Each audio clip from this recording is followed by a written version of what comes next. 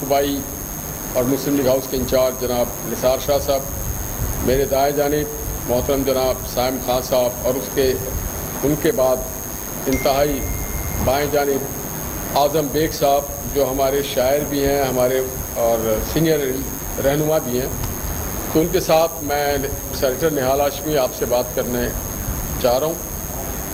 آج جو بنیادی بات ہے آپ سے جو کرنا چاہ رہا تھا میں، وہ یہ ہے کہ پاکستان اسلامی جمہوریہ پاکستان ہے۔ پاکستان کے اسلامی جمہوریہ میں ایک آئین ہے، ایک دستور ہے، ایک قانون ہے، جس کے تحت ہم ہر چیز کو چلاتے ہیں، جس کے تحت ہمارے سارے انتظامی ڈھانچے، مشنریز، طور طریقے کام کر رہے ہوتے ہیں۔ اس آئین میں یہ دیا گیا ہے کہ قانون سازی کس کا ذمہ ہے۔ بنیادی طور پہ قانون سازی جو پارلیمنٹرین ہے، وہ ایم این اے ہو، ایم پی اے ہو، سینیٹر ہو، یہاں تک کہ جو لوکل باڈیز میں کاؤنسلر حضرات اور چیئرمینز ہوتے ہیں، ان کا کام ہے۔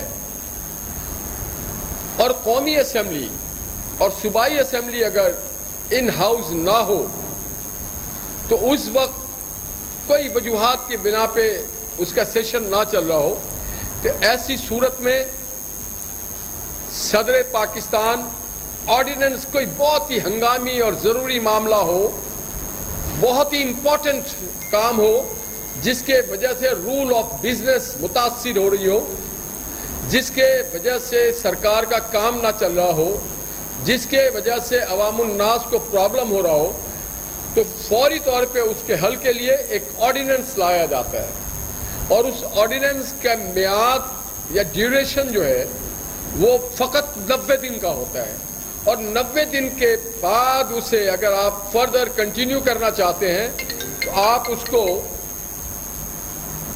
دیتے ہیں، پارلیمنٹ کے پاس لے جاتے ہیں ایکٹ کی صورت میں، بل کی صورت میں، اور جب پارلیمنٹ اسے پاس کرتی ہے اس بل کو تو وہ ایکٹ کہلاتا ہے۔ ادروائز تمام قانون سازی کی ذمہ داری پارلیمنٹ کی ہے، اسمبلیز کی ہے۔ مگر موجودہ دور میں جب سے P T I Imran Khan کی حکومت آئی ہے، جب سے محترم عارف علوی صاحب صدر پاکستان بنے ہیں، تو وہ لگتا ہے صدر پاکستان کم اور آرڈیننس سے صدر زیادہ نظر آ رہے ہیں۔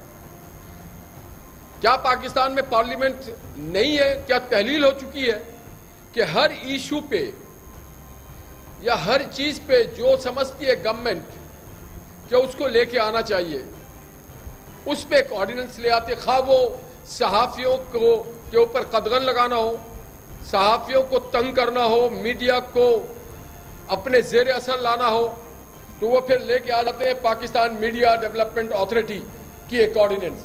اسی طرح سے عوامی نمائندگی، جس میں سینیٹر، ایم این اے، ایم پی اے، چیئرمینز اور کاؤنسلرز ہوتے ہیں لوکل باڈیز کے، اس کا اپنے ایک طریقہ کار، ایک نظام ہے، اس کا قانون میں درج ہے کہ الیکشن کے طریقہ کار کیا ہیں، کسی کا جیتنے کا طریقہ کار کیا ہے، کسی کو ہٹانے کا کیا طریقہ کار ہے۔ جناب عارف علوی صاحب نے 48 گھنٹے پہلے ایک آرڈیننس پہ سائن کیا ہے، جس کے تحت جو پارلیمنٹرین، خواہ وہ ایم این اے ہو، ایم پی ہو، سینیٹر ہو، اگر وہ ایک مقررہ میعاد کے دوران حلف نہ لے پاتا ہو تو اس کی وہ جو نشست ہے، وہ جو اس کی سیٹ ہے، وہ جو اس کی ممبرشپ ہے اس ہاؤس میں، وہ منسوخ ہو جائے گا، معطل نہیں، منسوخ ہو جائے گا۔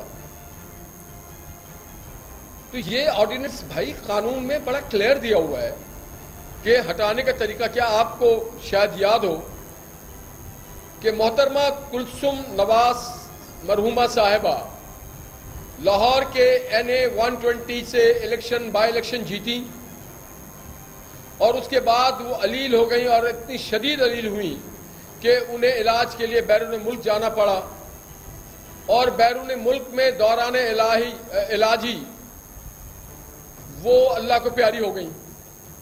انہوں نے حلف نہیں اٹھایا تھا، تو کیا ان کو آپ ڈیسیٹ کر سکتے ہیں؟ کوئی آدمی اگر کسی بھی وجوہات پہ اپنے حلقے یا پارلیمنٹ میں نہ پہنچ سک رہا ہو، وہ بیرون ملک ہو، جیسے آج کل کووڈ ہے، روک دیا گیا، لوگ ٹریول بند ہو گیا، یا کوئی شدید بیمار ہو گیا، بہت برے حالات میں آ گیا، وہ چل پھر نہیں سکتا، تو کیا آپ الیکشن جیتنے کے بعد اس کو ڈیسیٹ کر دیں گے اور اپنے مرضی کا بندہ نامنیٹ کریں گے؟ یہ آئین کے خلاف ایک کانسٹیٹیوشن کی وائلیشن ہے۔ یہ جو آرڈیننس انہوں نے 48 گھنٹے پہلے سائن کیا ہے عارف علوی صاحب نے، یہ دراصل اسحاق ڈار کو ٹارگٹ اورینٹڈ ہے۔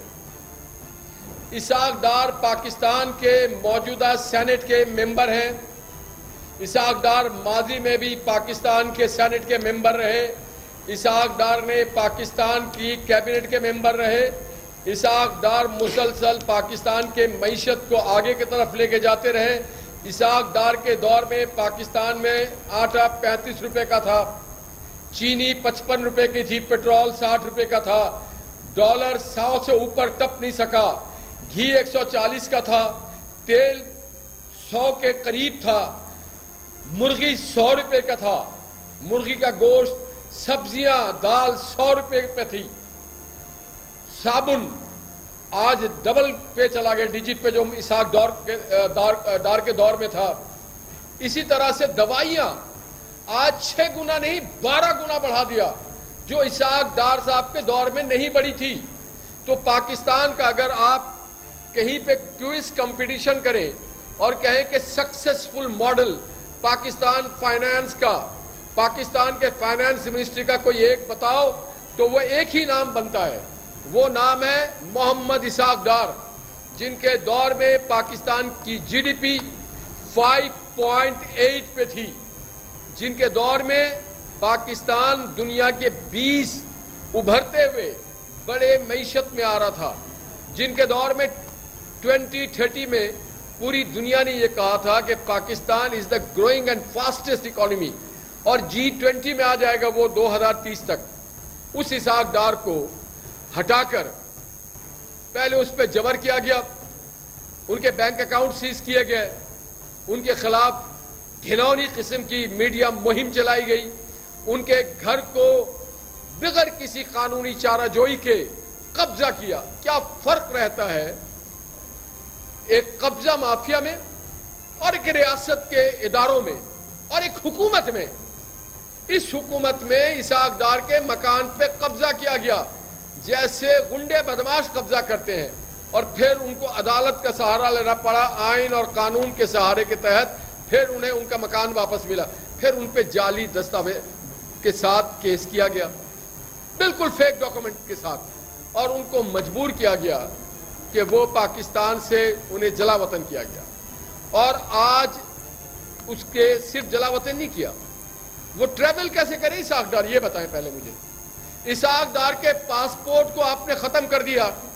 یہ کسی بھی پاکستانی کا یہ بنیادی حق ہے، پیدائشی حق ہے، فنڈامنٹل رائٹ ہے کہ وہ ٹریول کر سکے، اور اگر کوئی بیرون ملک ہے تو آپ اس کے پاسپورٹ کو ختم کر دیں، اور پھر آپ ریڈ وارنٹ ایشو کرتے ہیں۔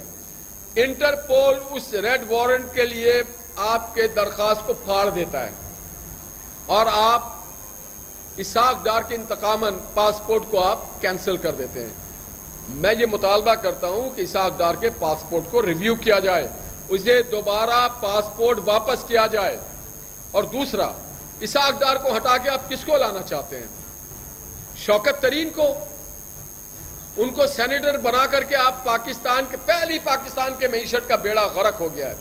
یہ چوتھے وزیر خزانہ ہیں، اس سے پہلے والے وزیر خزانہ کو بھی انہوں نے یہی آسرا دیا تھا کہ ہم آپ کو یہ ہیلی کاپٹر، میں نہیں کہہ رہا ہوں، کل ایک ٹاک شو میں میرے ساتھ اشفاق حسین جو ان کے اپنے حمایتی ہیں، وہ ڈاکٹر اشفاق حسین کہہ رہے تھے کہ ہیلی کاپٹر سے اترتے ہیں ان کے یا فائنانس منسٹری کے لوگ، گورنر اسٹیٹ بینک یا جو بھی ایف بی آر کے ممبران، تو آپ شوکت ترین کو بنانا چاہتے ہیں اسحاق ڈار کے، اور پھر آپ کس برتے میں یہ کام کرنا چاہتے ہیں؟ اسحاق ڈار کو آپ نے نہیں بنایا تھا عارف علوی صاحب، اسحاق ڈار کو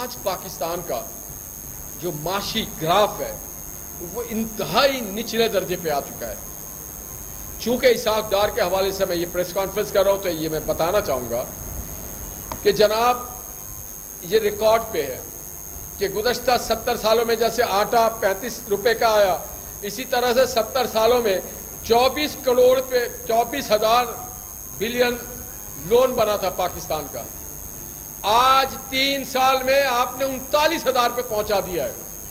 آپ نے ورلڈ ریکارڈ توڑ دیا لون لینے کا عمران خان صاحب. ماضی کے سارے 10 حکومت ایک طرف، آپ کی حکومت ایک طرف، جتنا آپ نے لون لیا ہے اور وہ لون نظر بھی نہیں آ رہا کہاں آپ نے خرچ کیا. تو میں یہ سمجھتا ہوں آج پاکستان کے ٹریڈرز، تاجر، دکاندار سارے اسٹرائک پہ جا رہے ہیں، جس سے ملک کو نقصان ہوتا ہے، ملک کی معیشت کو نقصان ہوتا ہے، ملک میں بے روزگاری بڑھتی ہے، ملک میں مہنگائی بڑھتی ہے. اس لیے میں سمجھتا ہوں کہ انہیں ہوش کے ناخن لینا چاہیے. اور یہ جو ایوان صدر میں آرڈیننس فیکٹری ہے اسے فل فور، اس آرڈیننس فیکٹری کو، ہمارے پاس جو آرڈیننس فیکٹری اسلحہ سازی کے وہ رہنے دیں، وہ ہمارے دفاع کے لیے، ہمیں اس پہ بڑا فخر ہے، ہمیں بڑی خوشی ہے. اس آرڈیننس فیکٹری سے ہمیں پیسے بھی ملتے ہیں، جب پاکستانی اسلحہ ایکسپورٹ کیا جاتا ہے ہمارے زر مبادلے میں اضافہ ہوتا ہے. تو اس طرح کے آرڈیننس فیکٹری لگنے چاہیے. مگر یہ جو ایوان صدر میں آرڈیننس فیکٹری ہے اس کو فوری بند ہونا چاہیے، اور جو غیر آئینی آپ نے آرڈیننس ایشو کیا ہے اس سے فی الفور واپس لیا جائے. اور پارلیمنٹرین سے میں درخواست کروں گا کہ اس آرڈیننس کو فی الفور پاکستان کی جو قومی اسمبلی ہے، پاکستان کی جو سینٹ ہے، صوبائی اسمبلیاں ہیں، اسے رد کریں. کیونکہ یہ آپ کے مستقبل کا سوال ہے. یہ آپ کے بارے میں فیصلہ کرنے والے صدر عارف الوی کون ہے؟ آپ کے مستقبل کا فیصلہ کرتا ہے آپ کا ووٹر یا الیکشن کمیشن. یہ خواہ مخواہ کے آرڈیننس پریزیڈنٹ کہاں سے آ گئے؟ آپ کو لوگ منتخب کر کے یہاں بھیجتے ہیں اور پریزیڈنٹ صاحب ایک آرڈیننس سے آپ کو گھر واپس بھیجنا چاہتے ہیں، اور آپ کی سیٹ پہ اپنے من پسند لوگوں کو، نالائقوں کو لاکے بیٹھانا چاہتے ہیں. تو میں یہ سمجھتا ہوں کہ یہ بہت بڑا سنگین مسئلہ ہے.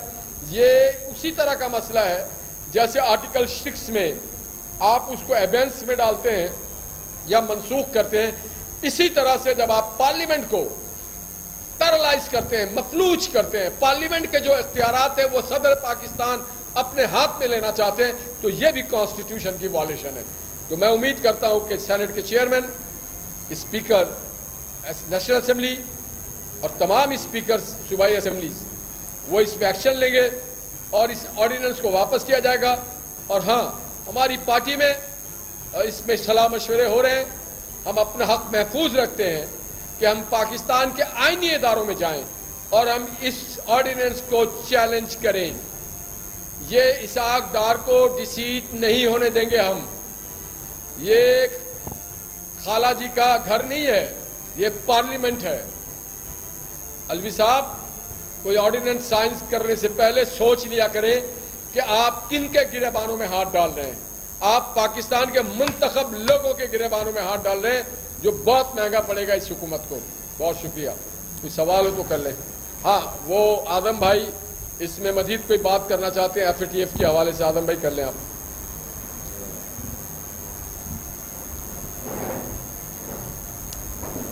السلام علیکم. FATF کا کالا قانون، جس کی وجہ سے آج پورا پاکستان کے انڈسٹری سے لے کر ریئلٹرز اور ریئلٹر سے لے کر گولڈ مارکیٹ پریشانی کے عالم میں ہے. اس پہ انشاءاللہ آج گرے لسٹ پہ ہم نے بات نہیں کی کہ گرے لسٹ کس طریقے سے اسحاق ڈار صاحب نے نکالا تھا اور دوبارہ پھر ہم اب بلیک کی طرف جا رہے ہیں. اور یہ اس میں پاکستان کے لوگوں کا کوئی قصور نہیں. انشاءاللہ اس پہ ہم پھر بعد میں بات کریں گے. اور کوئی بات کرنی ہو آپ کوئی سوال؟